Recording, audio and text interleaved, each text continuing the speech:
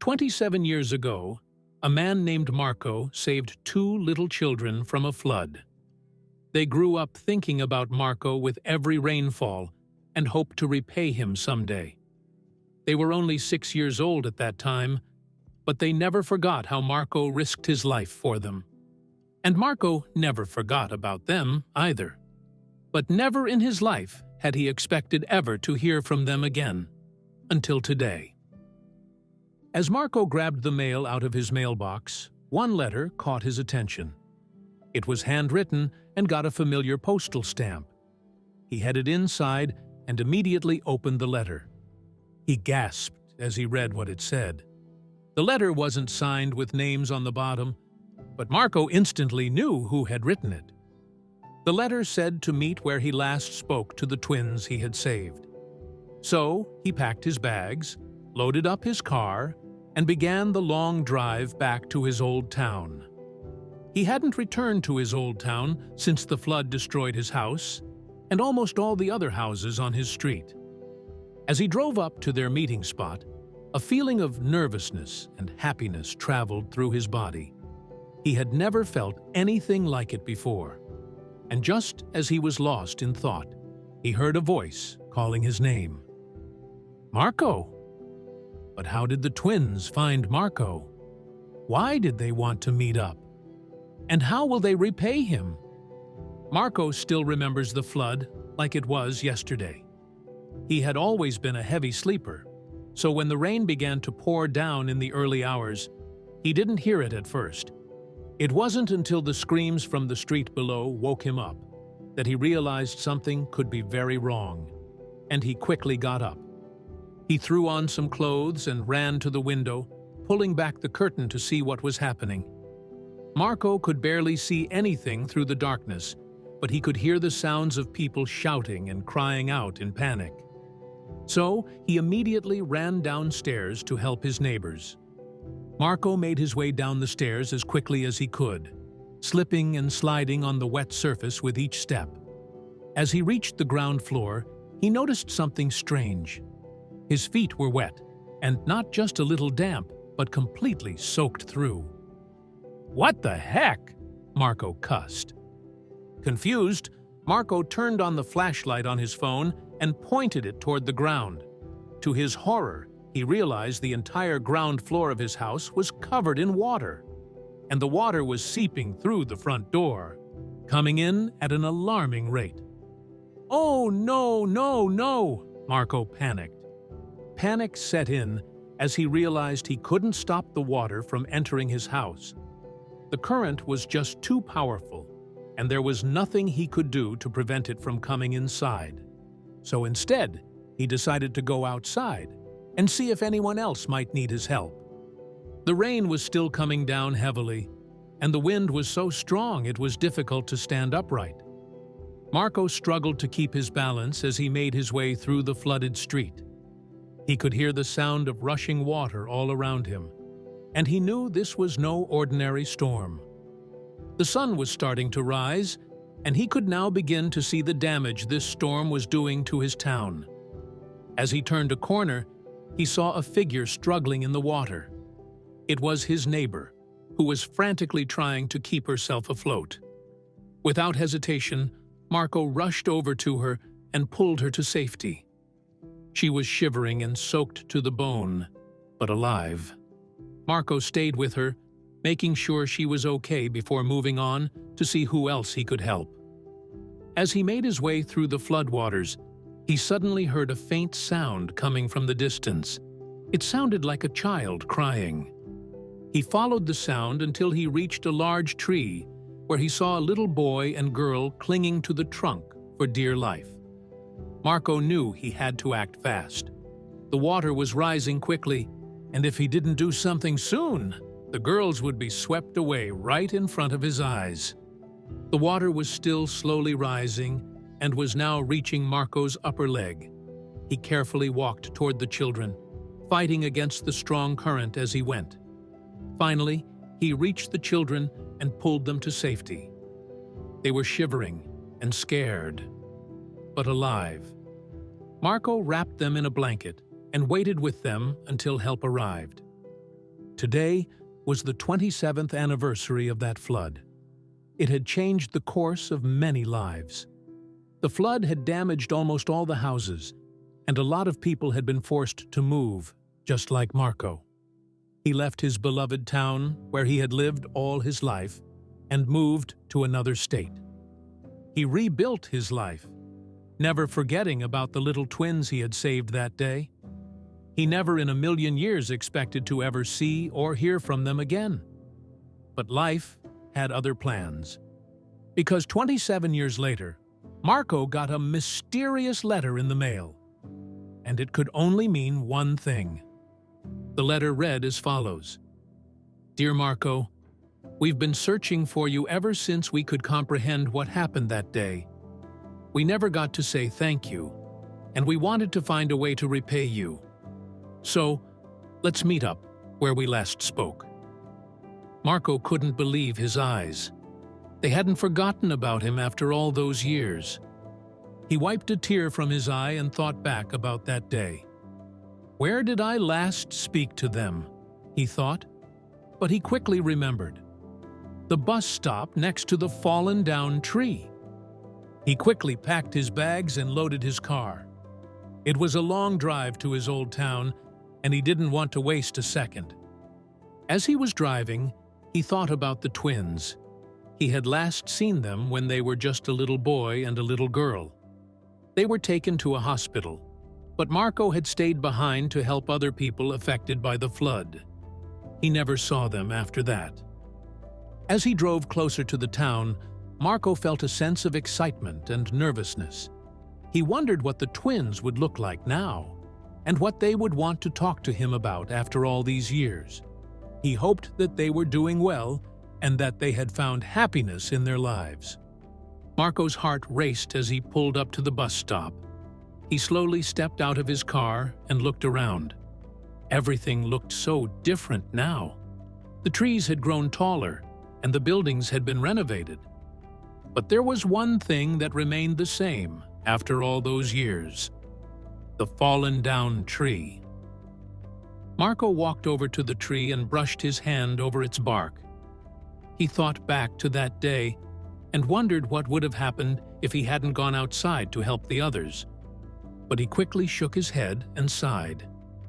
There's no need to worry about what could have happened.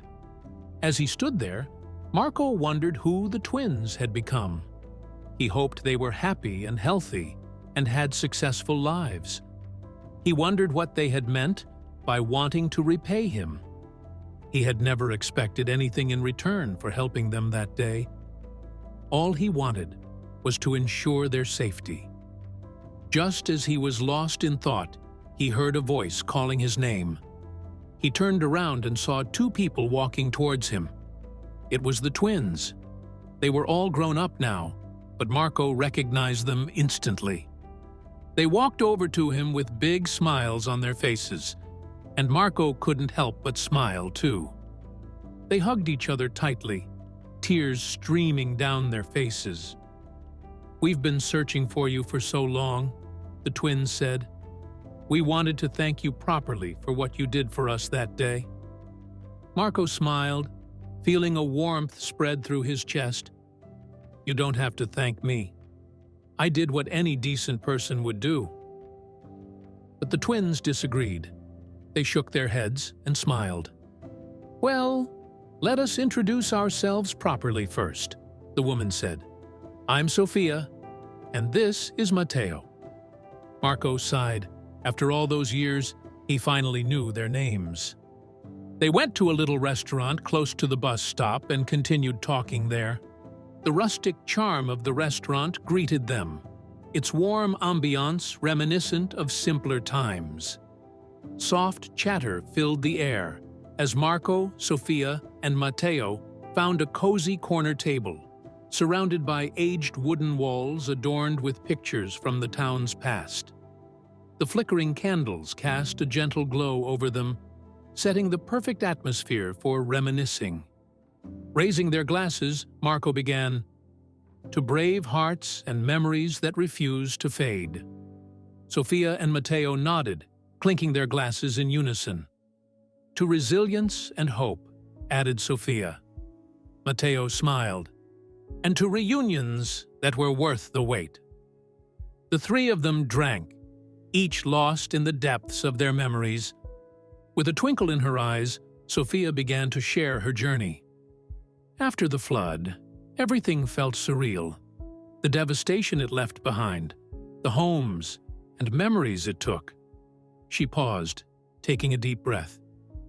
Life moved on, and I had to adapt, find new bearings after losing our parents. Sophia's voice held a tremor as she recalled, foster care was tough. Every home was a new challenge, but it wasn't just the homes. It was the constant reminder that I was without our parents. Matteo reached out, squeezing her hand in support. Each family tried, but the void left by the second tragedy was vast. Determined to find light in her hardships, Sophia continued, I channeled my pain. I decided if I couldn't undo my past, I'd help others navigate theirs. She became a trauma counselor, guiding many through their darkest hours. Hearing their stories, sharing in their journeys, it gave me purpose, she confided. With a proud nod towards Sophia, Matteo began his tale. While Sophia chose to heal minds, I focused on rebuilding. His journey was one of determination. From the ruins left behind by the flood, he sought to rebuild not just structures, but also hope for many. Matteo's passion for engineering was fueled by the flood's aftermath. I witnessed the destruction firsthand, and I was determined to ensure it never happened again. Drawing inspiration from nature and technology, he began creating designs for flood-resistant structures, ensuring safety for future generations. Sophia delicately touched the necklace around her neck, revealing a beautifully carved tree pendant. Matteo mirrored her, displaying an identical piece. After the flood, amidst the debris, we found a fallen tree. From its wood, we carved these, Sophia said, emotion evident in her voice. The tree, though fallen, was a testament to their undying spirit. It represents our journey, our resilience, Matteo added. Even when uprooted, life finds a way. To them, the tree necklaces weren't just ornaments. They were a symbol of hope, perseverance, and the strength that kept them going. Marco leaned back, absorbing their stories. With a sigh, he began his own. After the flood, I felt like a ship adrift. Everything I had known was gone. Over time, he found solace in distant places, moving from town to town. But memories of that day, of 2 children and a promise, they never left me. Marco looked at the twins with admiration. To think, he mused, you both have turned tragedy into such impactful professions. I'm humbled. Sophia smiled warmly. We learned early on that adversities either break you or shape you. We chose the latter. Marco nodded, deeply touched by their resilience. The trio turned their gaze to the town outside. Once devastated, it now thrived with energy. Residents had returned, new businesses had sprung up, and children played on streets that were once submerged. The town's spirit had returned, more vibrant than ever, a testament to human determination. After dessert, Matteo invited them on a brief tour. They visited a few nearby structures, marvels of modern engineering. Each building is flood-resistant, Matteo explained with pride. Marco was amazed. The buildings weren't just functional, they were works of art. Matteo's vision had truly transformed the town. At a local park, a few individuals approached Sophia, their faces lighting up with recognition. They shared touching tales of recovery, gratitude evident in their words. Sophia helped me find my way after the flood, one woman shared, her voice thick with emotion. Marco realized Sophia's impact was deeply rooted in the community. As the sun dipped below the horizon, Marco spoke of his old house. "I had so many memories there," he said wistfully. "Mornings on the porch, winters by the fireplace." His voice trailed off, lost in nostalgia. The house was more than bricks and mortar. It was a vault of cherished moments. Matteo and Sophia exchanged a look, clearly knowing more about the house than they let on. "Last we heard, someone bought it and began renovations," Matteo offered vaguely. Marco's eyes widened, curiosity piqued, but he didn't press further. Night began to fall, and the trio embarked on a walk. The town, illuminated by streetlights, felt both familiar and new. They passed by the old school, the town square, and the iconic clock tower, each landmark triggering a cascade of memories. At the town fountain, Marco recounted a festival he once enjoyed there. To his surprise, the twins remembered it too. They laughed over shared anecdotes and sighed over shared sorrows. Every story, every memory, drew them closer together, solidifying a bond that time had tried to erode. As they settled on a park bench, Sophia began, "After the flood, we never forgot you, Marco." Matteo nodded. "We searched for years." They recounted journeys to different towns, following whispers and rumors, all in hopes of finding their savior. Marco was moved beyond words, realizing the depth of their gratitude. Under the starlit sky, the twins reminisced about their parents. "Dad used to tell us tales of his adventures," Sophia began, her eyes distant. "And Mom, she had the most infectious laugh," Matteo added. They painted a picture of a loving, vibrant family, keeping their parents' memories alive in their hearts, and now in Marco's. The night deepened, and with it came tales from other townsfolk. They met Mr. Thompson, who turned his ruined bookshop into a thriving community center. There was Mrs. Garcia, who started a charity for flood victims. Each story was a beacon, illuminating the strength of the human spirit. Sitting on an old bench, Marco spoke of his life post-flood. He'd moved to a neighboring town, took up carpentry, and even mentored local youth.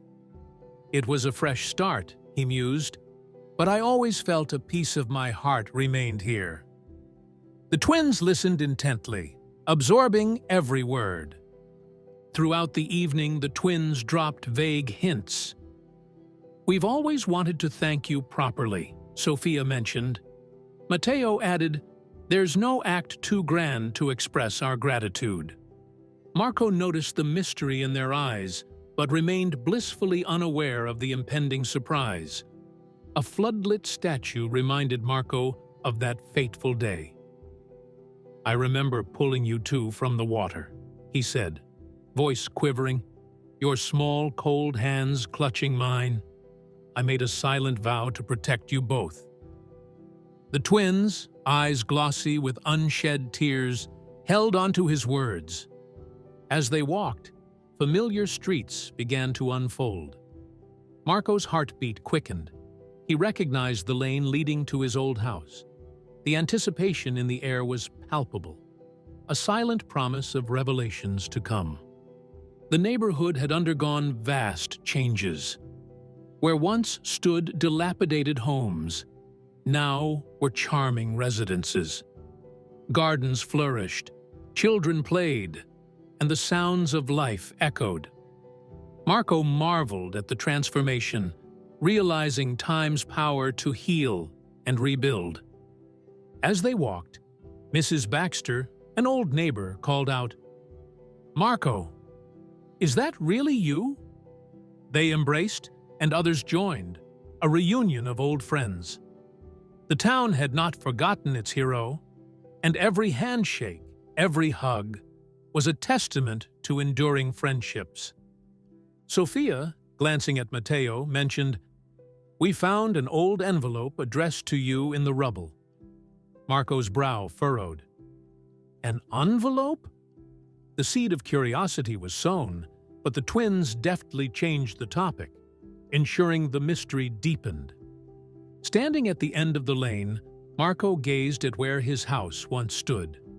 Memories flooded back: family dinners, childhood games, and lazy Sunday afternoons. Tears brimmed as nostalgia threatened to engulf him, a tidal wave of emotions sweeping over him.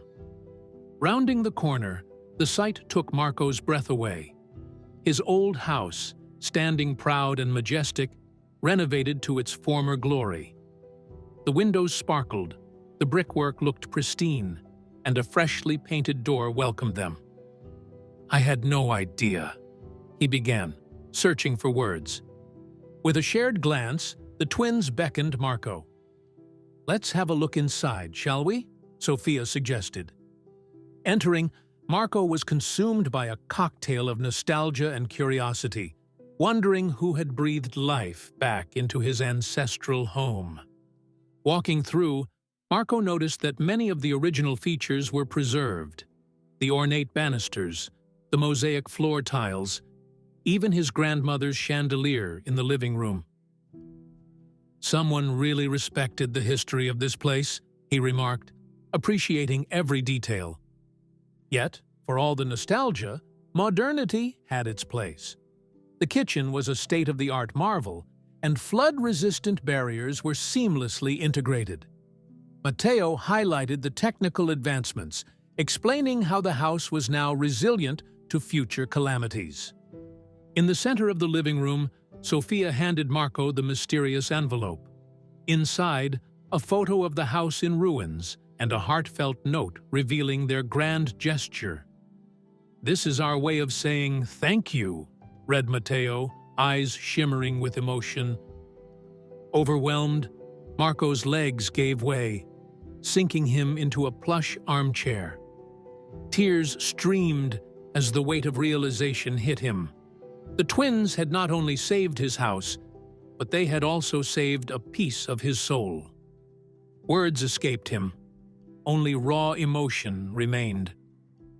Hand in hand, the trio stood, a testament to the unbreakable bond forged from adversity.